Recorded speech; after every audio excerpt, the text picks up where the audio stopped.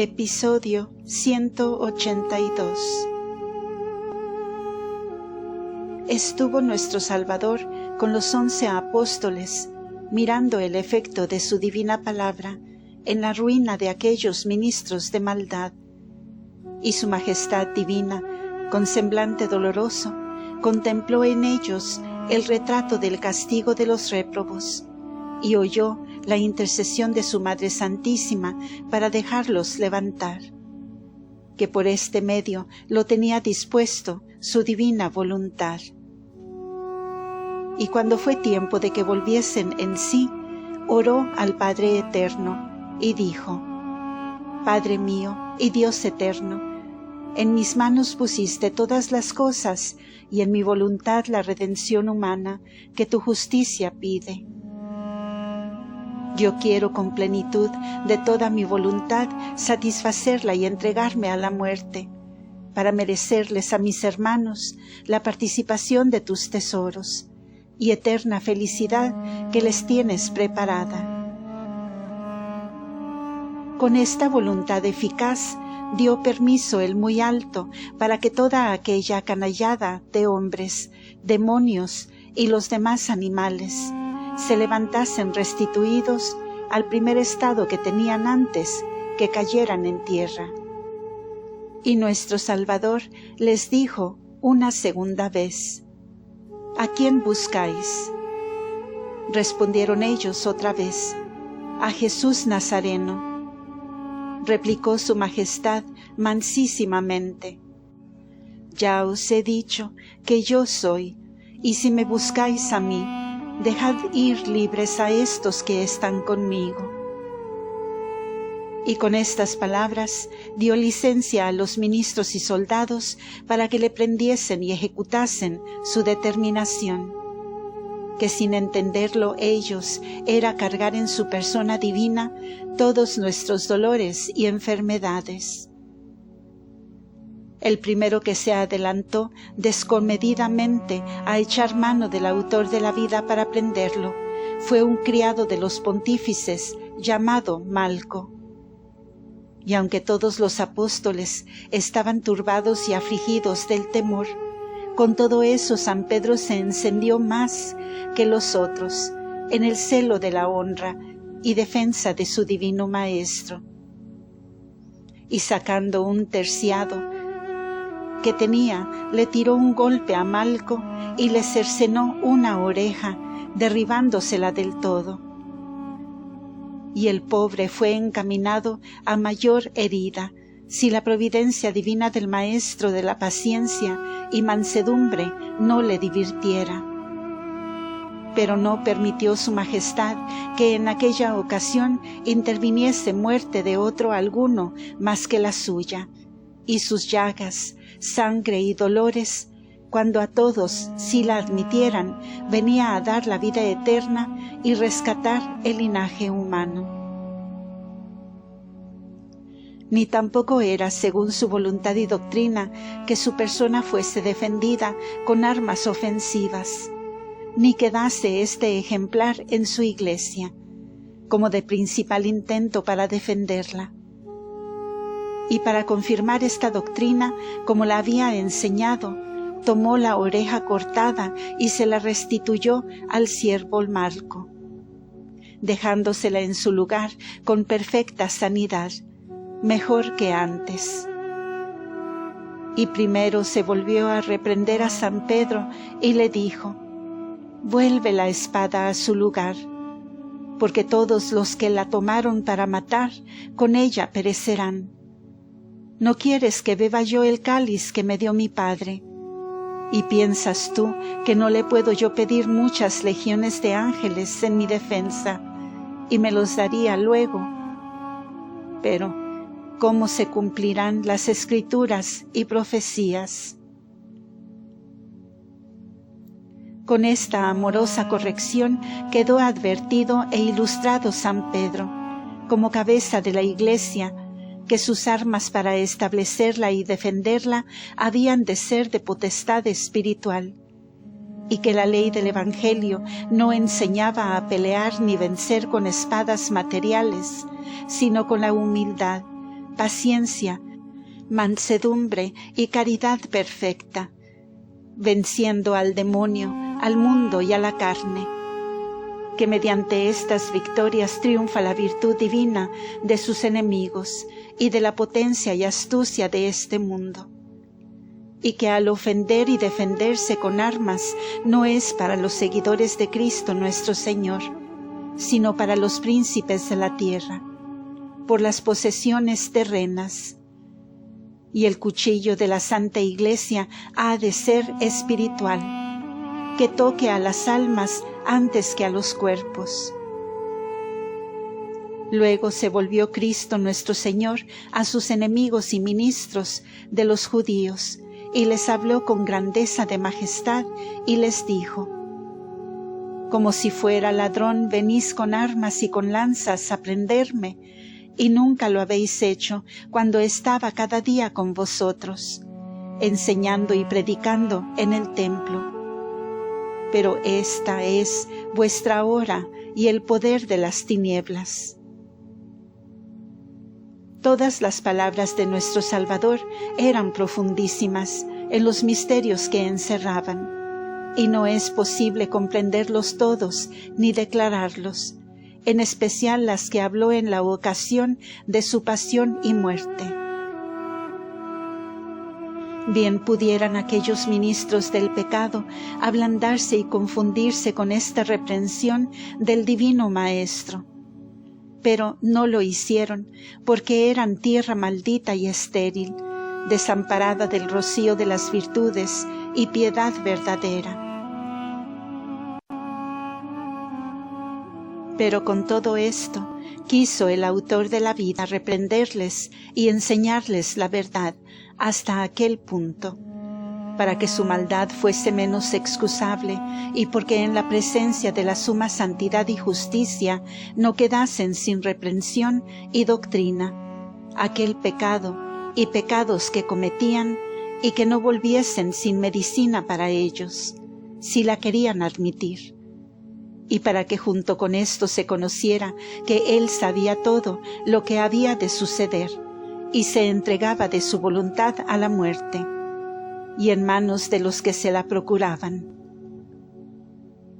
Para todo esto y otros fines altísimos, dijo su Majestad aquellas palabras, hablándoles al corazón como quien le penetraba y conocía su malicia y el odio que contra él habían concebido, y la causa de su envidia, que era haberles reprendido los vicios a los sacerdotes y fariseos, y haber enseñado al pueblo la verdad y el camino de la vida eterna, y porque con su doctrina, ejemplo y milagros, se llevaba la voluntad de todos los humildes y piadosos, y reducía a muchos pecadores a su amistad y gracia.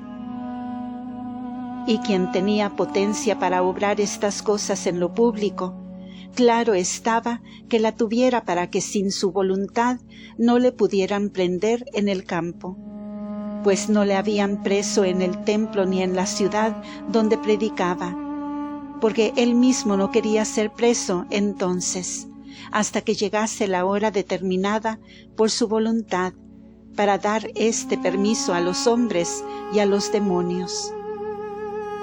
Y porque entonces se le había dado para ser abatido, afligido, maltratado y preso. Por eso les dijo: esta es vuestra hora y el poder de las tinieblas. Como si les dijera: hasta ahora ha sido necesario que estuviera con vosotros como maestro, para vuestra enseñanza, y por eso no he consentido que me quitéis la vida. Pero ya quiero consumar con mi muerte la obra de la redención humana que me ha encomendado mi Padre Eterno, y así os permito que me llevéis preso y ejecutéis en mí vuestra voluntad. Con esto le prendieron, embistiendo como tigres inhumanos al mansísimo Cordero, y le ataron y aprisionaron con sogas y cadenas, y así le llevaron a casa del pontífice, como adelante diré. A todo lo que sucedía en la prisión de Cristo nuestro bien, estaba atentísima su purísima Madre, con la visión clara que se le manifestaba, más que si estuviera presente con el cuerpo, que con la inteligencia penetraba todos los sacramentos que encerraban las palabras y obras que su Hijo Santísimo ejecutaba. Y cuando vio que partía de casa del pontífice aquel escuadrón de soldados y ministros, previno la prudentísima señora las irreverencias y desacatos con que tratarían a su Creador y Redentor. Y para recompensarlas en la forma que su piedad alcanzó, convidó a sus santos ángeles y a otros muchos, para que todos juntos con ella diesen culto de adoración y alabanza al Señor de las criaturas. En vez de las injurias y denuestos con que había de ser tratado de aquellos malos ministros de tinieblas. El mismo aviso dio a las mujeres santas que con ella estaban orando, y las manifestó cómo en aquella hora su Hijo Santísimo había dado permiso a sus enemigos para que le prendiesen y maltratasen, y que se iba ejecutando con lamentable impiedad y crueldad de los pecadores. Y con la asistencia de los santos ángeles y mujeres piadosas, hizo la religiosa reina admirables actos de fe, amor y religión interior y exteriormente, confesando, adorando, alabando y magnificando la divinidad infinita y la humanidad santísima de su Hijo y su Creador. Las mujeres santas la imitaban en las genuflexiones y postraciones que hacía, y los príncipes la respondían a los cánticos con que magnificaba y confesaba el ser divino y humano de su amantísimo Hijo. Y al paso que los hijos de la maldad le iban ofendiendo con injurias e irreverencias, lo iba ella recompensando con loores y veneración, y de camino aplacaba a la divina justicia para que no se indignase contra los perseguidores de Cristo y los destruyese, porque sólo María Santísima pudo detener el castigo de aquellas ofensas. Y no sólo pudo aplacar la Gran Señora el enojo del justo juez, pero pudo alcanzar favores y beneficios para los mismos que le irritaban, y que la divina clemencia les diese bien por mal, cuando ellos daban a Cristo nuestro Señor mal por bien, en retribución de su doctrina y beneficios.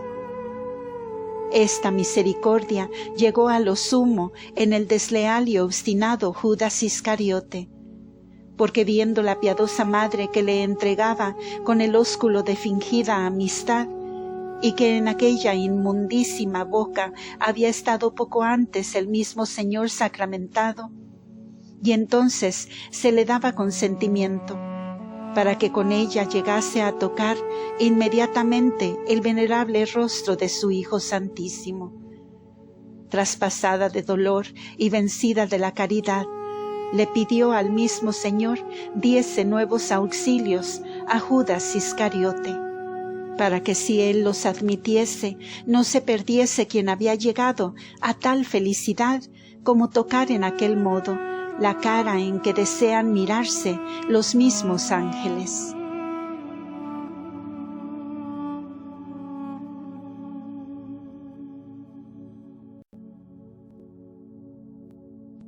Y por esta petición de María Santísima envió su Hijo y Señor aquellos grandes auxilios que recibió el traidor Judas Iscariote, como queda dicho, en lo último de su traición y entrega.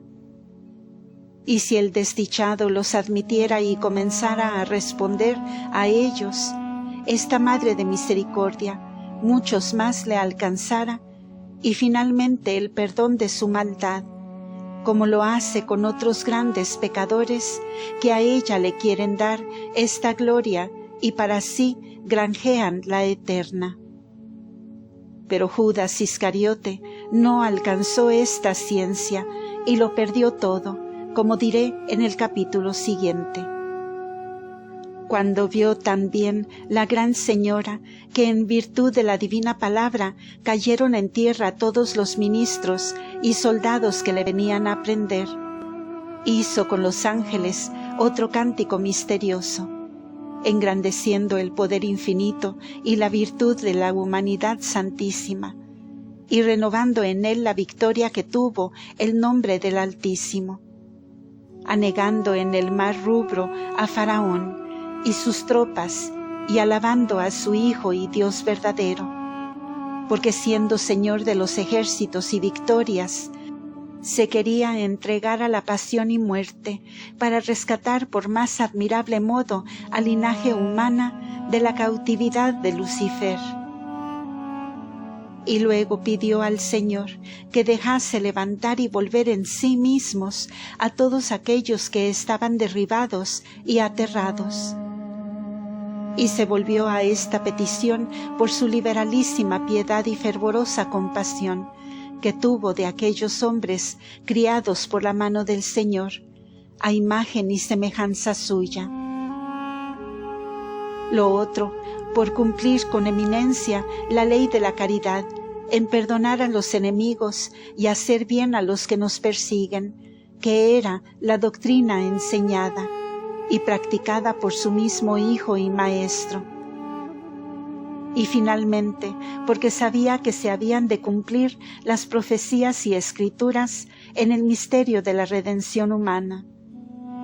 Y aunque todo esto era infalible, no por eso implica que no lo pidiese María Santísima, y que por sus ruegos no se moviese el Altísimo para estos beneficios. Porque en la sabiduría infinita y decretos de su voluntad eterna, todo estaba previsto y ordenado por estos medios o peticiones.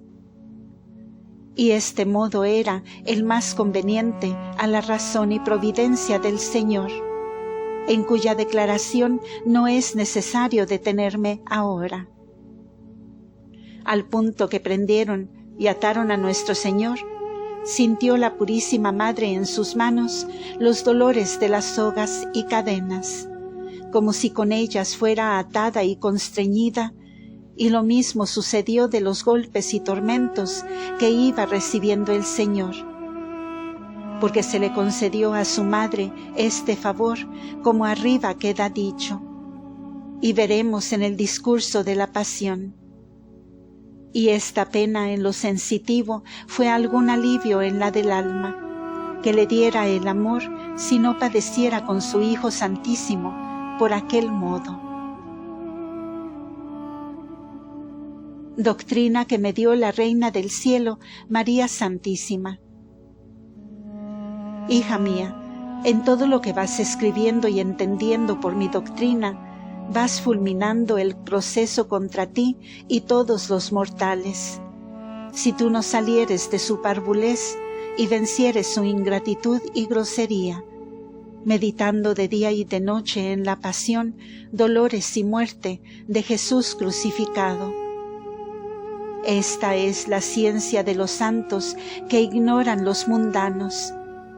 Es el pan de la vida y entendimiento que sacia a los pequeños y les da sabiduría, dejando vacíos y hambrientos a los soberbios amadores del siglo. Y en esta ciencia te quiero estudiosa y sabia, que con ella te vendrán todos los bienes.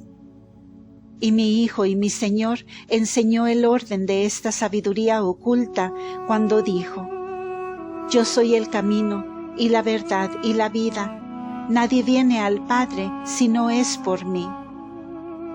Pues dime, carísima, si mi Señor y Maestro se hizo camino y vida de los hombres, por medio de la pasión y muerte que padeció por ellos. No es forzoso que para andar este camino y profesar esta verdad han de pasar por Cristo crucificado, afligido, azotado y afrentado. Atiende pues ahora la ignorancia de los mortales que quieren llegar al Padre sin pasar por Cristo. porque sin haber padecido ni haberse compadecido con Él, quieren reinar con su majestad, sin haberse acordado de su pasión y muerte, ni para gustarla en algo, ni agradecerla de veras. Quieren que les valga para que en la vida presente y en la eterna gocen ellos de deleites y de gloria, habiendo padecido su Creador acervísimos dolores y pasión, para entrar en ella y dejarles este ejemplo y abrirles el camino de la luz. Fin de este episodio. La doctrina de Nuestra Señora continuará en el siguiente audio. Gracias por escuchar.